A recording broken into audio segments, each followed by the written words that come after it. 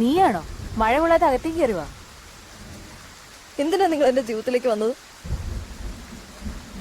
എന്റെ അമ്മയെ കൊന്നവളുടെ മോളാണ് നിങ്ങളെന്ന് ഞാൻ അറിഞ്ഞില്ല.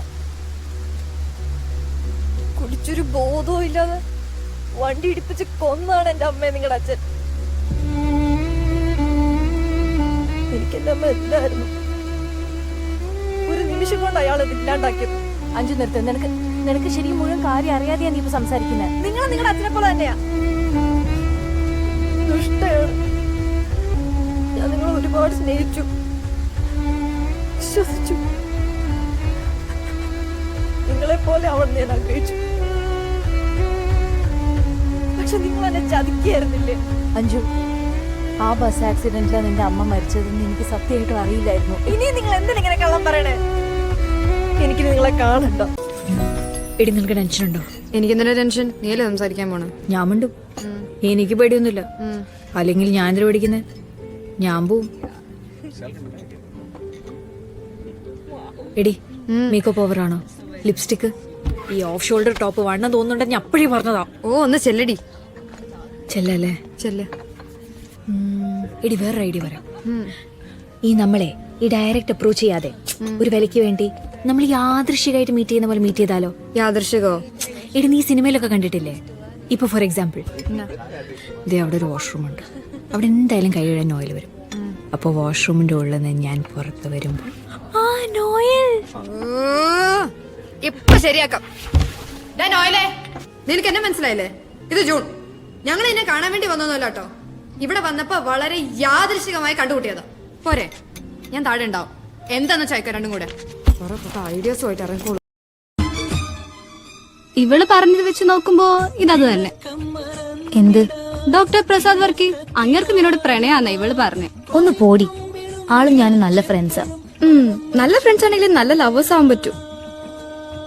ആളുടെ നോട്ടവും സംസാരവും ചിരിയും ഒക്കെ നീ ഒന്ന് റിവൈൻഡ് ചെയ്ത് ക്ലോസപ്പിൽ നോക്കിക്കേ. പ്രണയം തുടിക്കുന്നില്ലേ? കർത്താവേ, പണി പാളോ? എന്തു പാളാൻ? നല്ലതല്ലേ? അമേരിക്കയിൽ നിന്നും MD കഴിഞ്ഞ കിട്ടില്ല ഡോക്ടർ പയ്യൻ. പോരാതിന് ക്രിസ്ത്യാനി. ഞാനാണെങ്കിൽ കണ്ണുമുട്ടി ഒക്കെ പറയും. എന്തുവാ നാത്തു, എനിക്കിത് ഇഷ്ടമല്ല. എനിക്കിത് കാണുമ്പോഴേ ഛർദ്ദിക്കാൻ വരും. ഇതാ ചേട്ടനും അച്ഛനും കൂടെ കൊട്ട കണക്കിന് വാങ്ങിച്ചു വെച്ചിരിക്കുന്നത്. ഫ്രിഡ്ജില്ല. ഇനി ഇത് വെക്കണമെങ്കിൽ പുതിയ ഫ്രിഡ്ജ് വാങ്ങണം. എന്നാ പറഞ്ഞിരുന്നു ഞാൻ പുതിയ ഫ്രിഡ്ജ് കൊണ്ടുവന്നേനല്ലോ. അല്ല, നീ ഫ്രൂട്ട്സ് ഒക്കെ കഴിക്കുന്നുണ്ടെന്നാണല്ലോ ഉത്തോണ്ടനോട് പറഞ്ഞേ.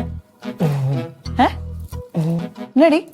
അതെ, ചേട്ടനോടൊരു കാര്യം പറയില്ലെങ്കിൽ ഞാനൊരു കാര്യം പറയാം. ഞാനതൊന്നും കഴിച്ചില്ല. ഞാൻ പിള്ളേരെ കൊണ്ട് കഴിപ്പിച്ച്. ഫുള്ള് ഉടായിപ്പാണല്ലേ? ചെറുതായിട്ട്. ആ, സാറല്ലേ, ഇനിയിപ്പോ ഞാൻ ഇവിടെ ഉണ്ടല്ലോ, ഞാൻ കഴിപ്പിച്ചോളാം. എനിക്കത് കഴിക്കുമ്പോ ഛർദ്ദിക്കാൻ വരുന്ന നാത്തു, അതുകൊണ്ടാ. എന്നാ പിന്നെ ഞാൻ വല്ല മുറുക്കോ ഉപ്പേരിയോ മേടിച്ചോണ്ട് വന്നാൽ മതിയായിരുന്നല്ലേ? അതും ഇപ്പൊ കഴിക്കാൻ ഒരു മൂടില്ല. ഓ, ആദ്യമായിട്ടൊന്ന് പറഞ്ഞു കേട്ടല്ലോ.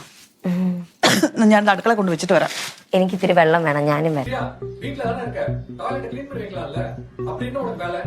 எதுக்கு எடுத்தாலும் திட்டுறது, குறை சொல்றது, எனக்கான டைம்னு எதுவுமே இல்லை. அதுக்கப்புறம் எனக்கு அந்த வீட்டில் இருக்கிறதுக்கே பிடிக்கல. எந்த மோட்டிவேஷனும் இல்லாமல் ஒரு மாதிரி டிப்ரெஷனுக்குள்ளே போனேன். தனியாக இருக்கும் போது அடிக்கடி அழுவேன். எதுக்கு அழுவுறேன்னு எனக்கே தெரியாது. ஆனால் அழுதுகிட்டே இருப்பேன். எங்கள் அப்பா அம்மா கிட்ட சொன்னால் நீ தானே லவ் பண்ணி கல்யாணம் பண்ணேன்னு சொல்லிடுவாங்களோன்னு பயம். என்னால் என் ஃபீலிங்ஸை யார்கிட்டையும் ஷேர் பண்ண முடியல.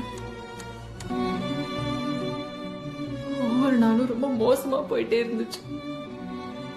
டெய்லி வீட்டுக்கு வந்து ஏன் இப்படி இருக்கேன்னு கேட்டு கேட்டு நைட்டு ஃபுல்லா தூங்க விடாம டார்ச்சர் பண்ணுவாங்க. அப்படியே தலை வெடிக்கிற மாதிரி இருக்கும்.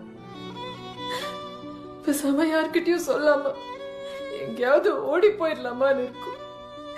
இல்ல பைக்ல போகும்போது ஏதாவது லாரியில போது செத்துடலாமான்னு தோணும். என்னால முடியல. I lost myself.